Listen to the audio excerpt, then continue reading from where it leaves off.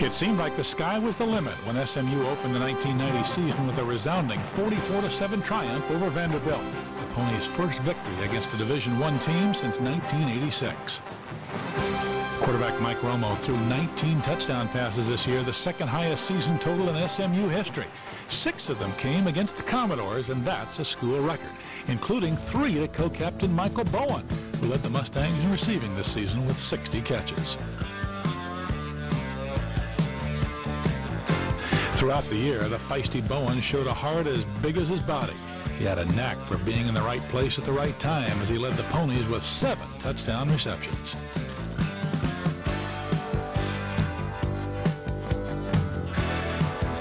Bowen also paced the Ponies in punt returns, including this 35-yard run back against Vanderbilt that was SMU's longest of the year.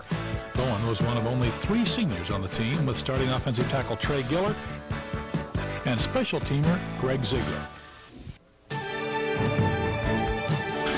For the rest of the season after the Vanderbilt victory, inexperience hurt the Mustangs. Although it wasn't reflected in the win-loss record, the individual progress of several players helped ease the growing pains with this young team of predominantly sophomores and freshmen. Against Texas A&M, sophomore Dan Freiberger started in place of the injured Mike Romo and threw 2 touchdown passes in the first half, one to Corey Beard.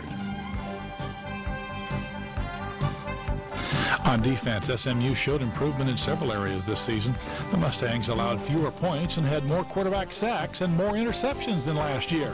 Marcelo Simmons led the team with 4 interceptions, the most by an SMU player since 1985.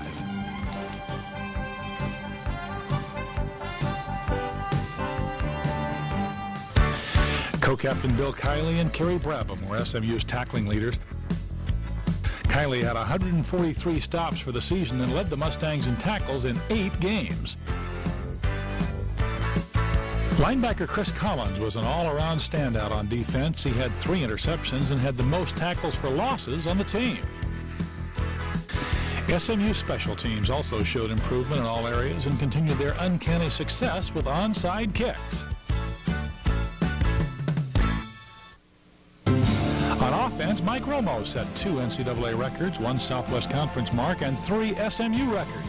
He surpassed 5,000 yards passing in his brief career, more than any sophomore in conference history, and moved up to 11th among all-time Southwest Conference passing leaders.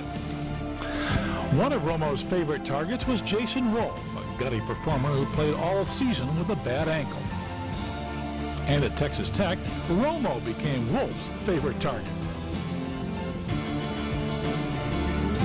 S-backs Ron G. Hill and Kevin Love also were effective catching passes out of the backfield. Love led the Mustangs in rushing for the 2nd straight year.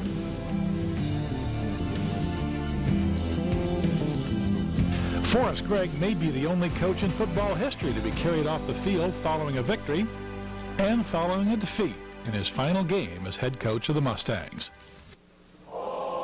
He took on a challenge that few coaches would have tried. He helped restore respect for his alma mater and build a foundation for the Mustangs to succeed in the future.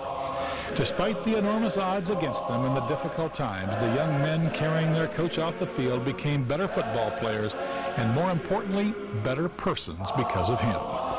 That's why the SMU football players love Forrest Gregg.